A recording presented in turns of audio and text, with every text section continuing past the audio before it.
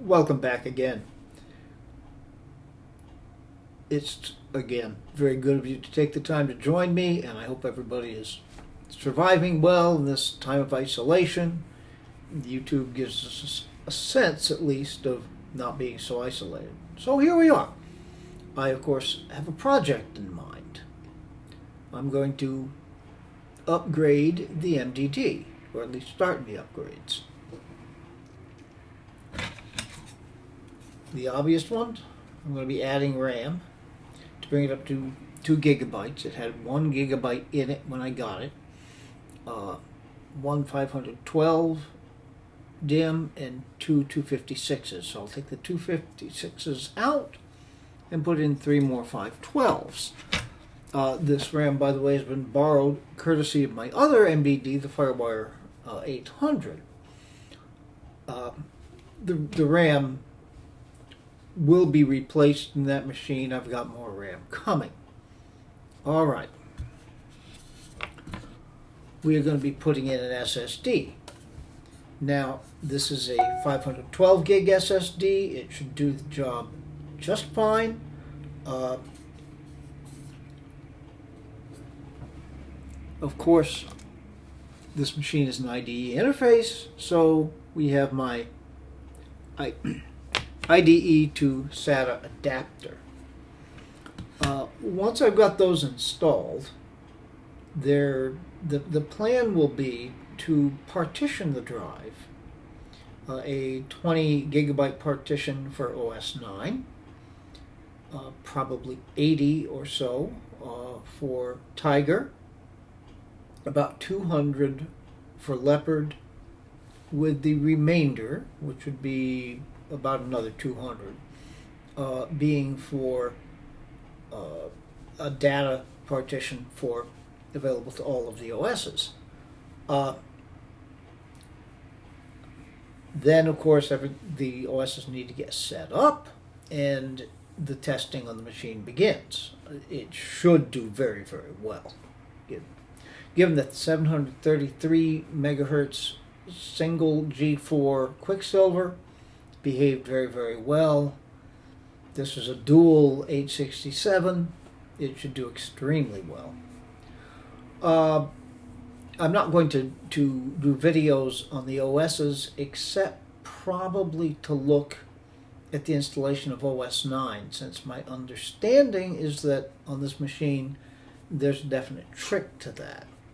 We'll find out through the experimentation.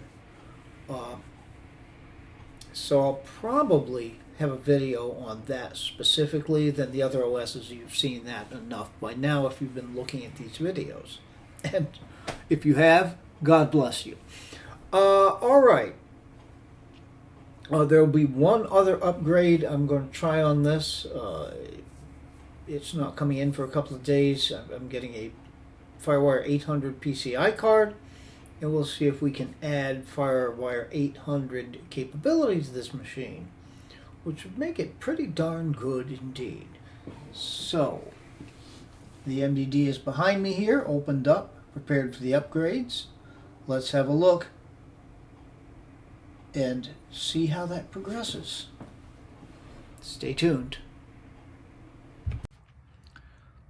Doing upgrades on a G4 tower of any description is a very, very different process than doing the G4 Cube, which was involved. So this clip won't take long. We have our RAM slots. These two are the 256 megabyte DIMMs that need to be removed. It's a little awkward with the processor's heatsink here and the graphics card here. Getting at the RAM is kind of a pain. Now, yeah, it would be easier if I took out the graphics card, but I'm not going to bother to do that. I'm just going to leave it in. All right, now we have two options. We could add the SSD here where the original hard drive is, or we could put it over here. I am planning on connecting it here. And we've got the IDE connector. We've got Molex power all ready to go. Now I will eventually take out that hard drive and probably move the SSD over into that cage. That remains to be seen for the future. But for now, it'll go in right there. So let's stop this clip, and we'll come back when we can see all of those things accomplished. Oh, and yes, I should say, it is nice. There are 4 PCI slots here, so there's a lot of room for expandability, and I will be putting that card in. I will probably put a USB 2 card in just because. All right, so we shall be right back. All right, we're done. Now that took maybe 6 minutes. A little fiddly process. The room to get at the RAM slots, which are now all populated with 512 megabyte DIMMs, it's tight, and particularly the clips over on this side are so close to the end there that it's awkward to get at them. Now these IDE to SATA adapters work very nicely. Now the one thing about it to watch out for, power is connected to the board by a floppy style power plug, to which you connect a Molex splitter cord. So you get the power in there, you get your Molex back here.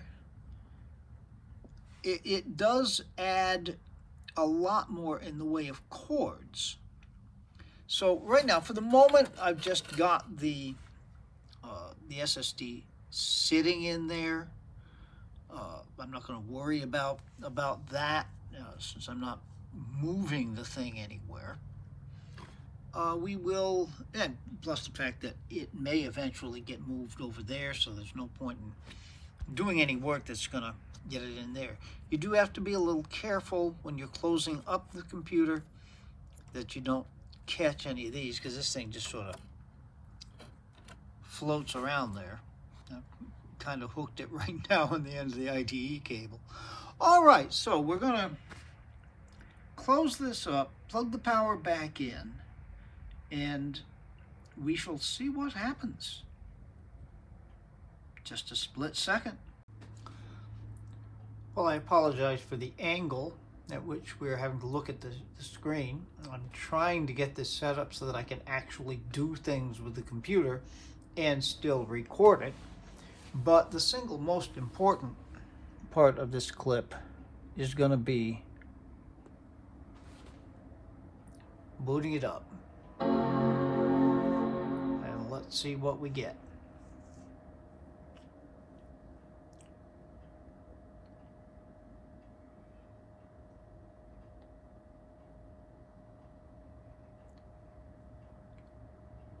Still booting from the hard drive, of course. The Tiger install that came on that hard drive. It's one of the reasons for leaving it in. It gives me something to work with.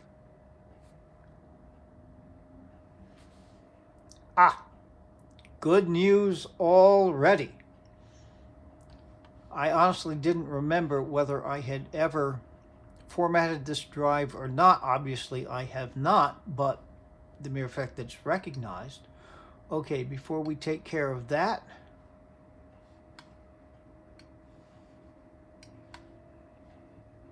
yep, dual 867 megahertz PowerPC G4. Very important here, the memory, 2 gigabytes of DDR SD RAM. All right. So we need to initialize this disk.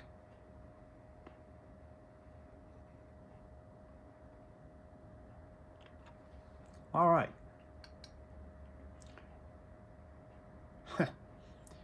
We'll never get over the things. I mean, it's like the 74.5 gigabyte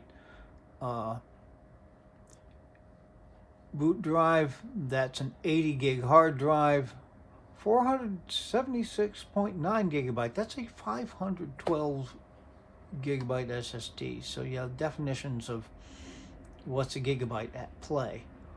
All right, why don't we just partition this guy? Get our scheme. We want 3 partitions.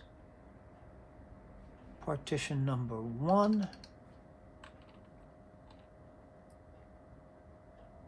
I'm going to guess here. Make it 18 megabytes, gigabytes, which will come out to 20, I'm sure.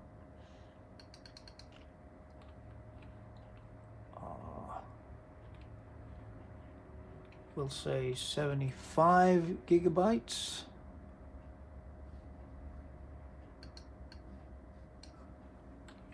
And that'll be for Tiger. Might as well rename this. And then, oh dear, my error. So we got to split this, right?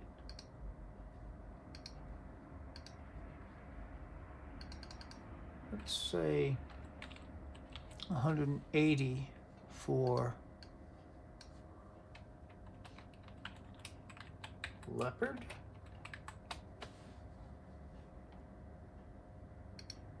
And that leaves us with a data partition of a little over 200 gigabytes. All right, so there are 4 partitions. Let's partition.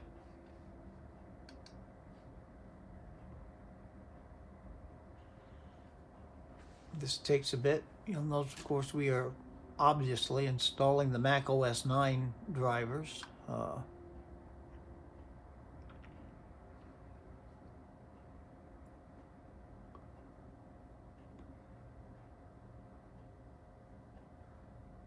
And this process takes a while. We should pretty soon see the partitions begin to mount on the desktop.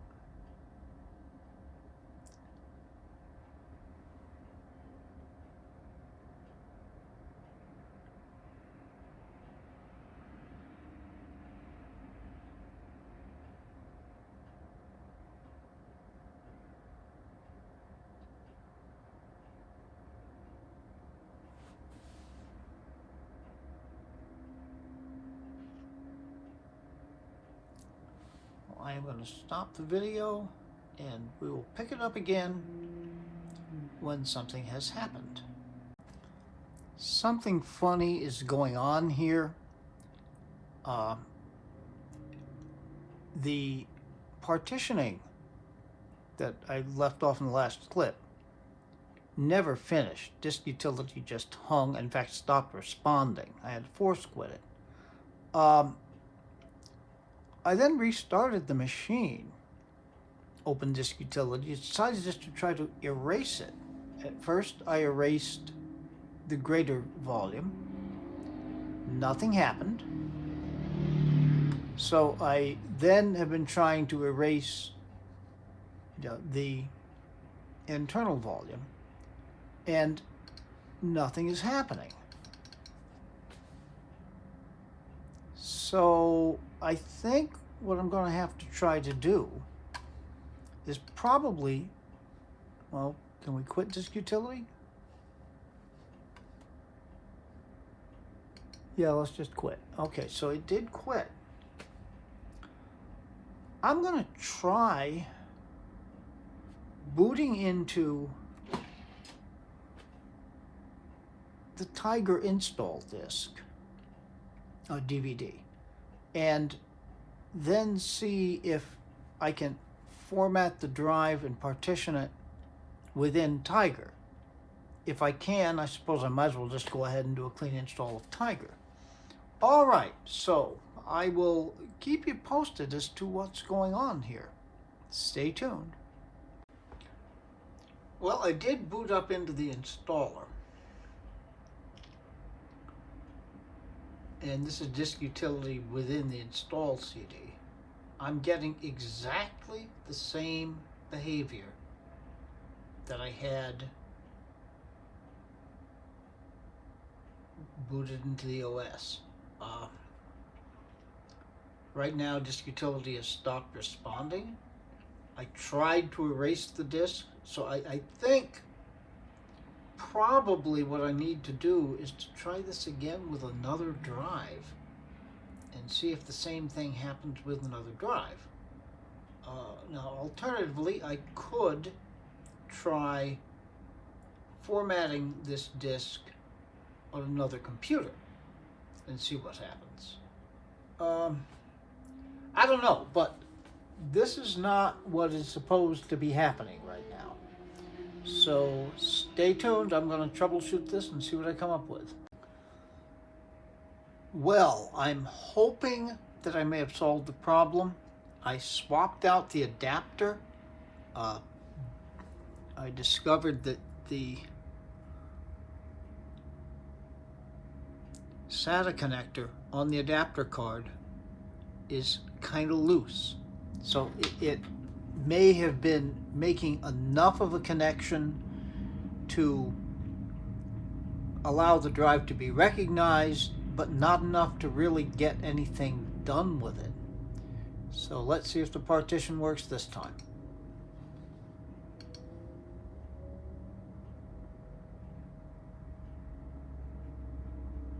Aha!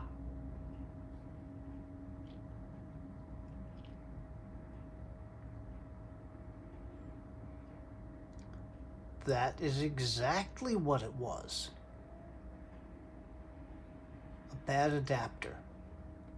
All right, well, good that this was that easy to fix. Okay, now the next thing I'm going to try is installing OS 9 on this partition that I've just created. Now, just to educate myself, I am going to try using my install disk. I'm expecting that it will fail, but I just want to prove to myself that this is in fact the case before I try other means. Okay, hang on. Well, it has started up, or is starting up from the OS 9 disk. Now, as I recall, when I was trying to boot into OS 9 on the FireWire drive, it went to a black screen.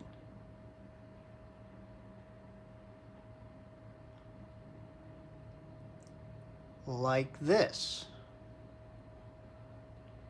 And then I waited and waited and waited, and nothing ever happened. Okay, the machine is running, there's just nothing going on there. All right then. So it is evidently true. With the MDD, you cannot install OS 9 using a universal install disk. How about that? But I have a plan. Hang in there with me. So we know things now. We can't use a regular OS 9 installation. Having read about this, I went on Macintosh Garden and started looking for an OS 9 installer from an MDD restore disk. They've got a lot of that kind of thing up there. But I ran across this, and there were two different competing ideas about how to install this. What you'd be looking for on Macintosh Garden is OS9 general.dng. Now, of course, an actual OS9 installer is not going to be a DMG file. That's OS 10 only. Now, the two versions of how to go about this,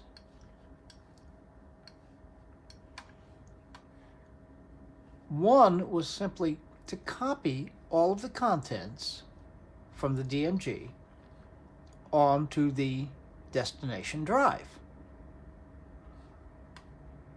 So that's pretty simple. So I'm gonna try that.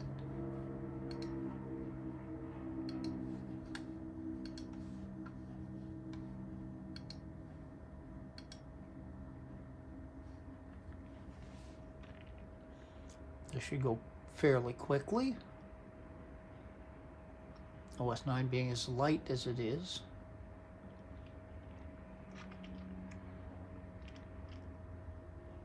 And this actually ought to work, because you can just drag and drop OS 9 system folders from one place to another and have them be bootable, at least usually. Now, the other option that was presented was to go into Disk Utility and use the restore function to restore the contents of the disk image onto the destination drive. But I figured I would try this first.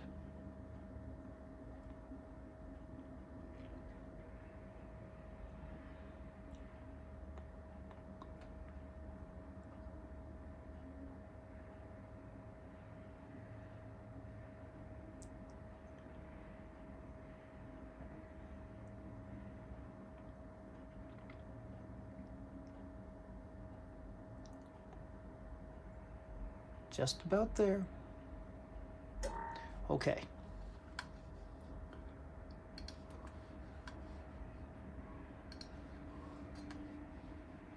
Let's eject the disk image. All right. Now, let's go to startup disk.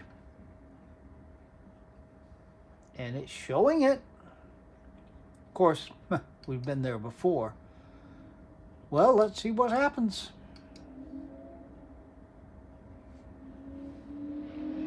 Okay, I'm gonna stop this and I'll start it again when we actually start to boot into, hopefully, the operating system. That didn't take long at all. We are in fact booting into it. Let's see if it will continue to boot into it. Loading up extensions.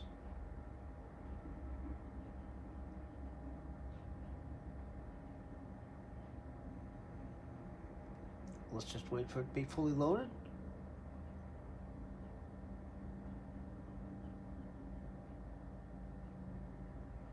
Oh, it's the OS 9 welcome video. I don't know why we're not getting any sound. Huh. No, this is OS 10.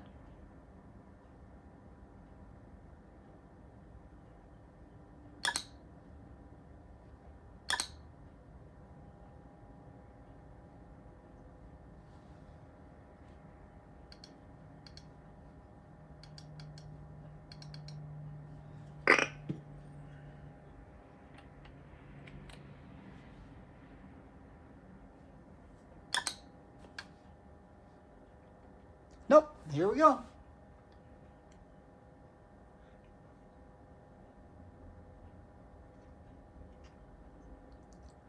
We are in OS 9 here.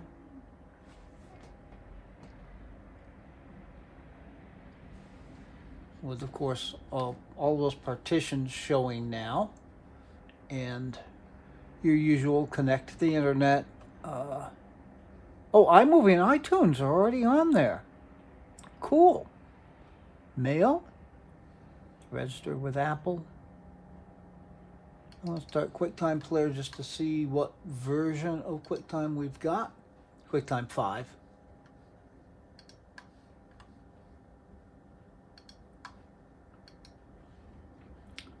That can be upgraded.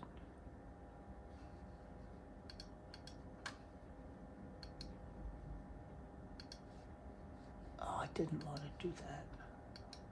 I want to quit QuickTime. Okay, so I'm gonna, do some setting up here on OS 9. I have the other OSs to install, so I'll be at this for a while. But yes, Son of a gun. Drag and drop worked. Well, I hope you have found this interesting. I'm going to end this video right here. That was about as simple gets. So from here, I have, once I've got everything set up, I'm going to be living with this computer for the rest of the week, and we'll report back at the end of the week. I may very well come up with some things in between. We'll have to see about that. But this has been a successful thing so far. Too bad about that damaged adapter, but I'm glad it was as easy a thing to fix as it was. Well, at any rate, be good to other people. Be good to yourselves. Take very, very good and careful care. Stay home if you possibly can. And stay healthy. We'll see you next time.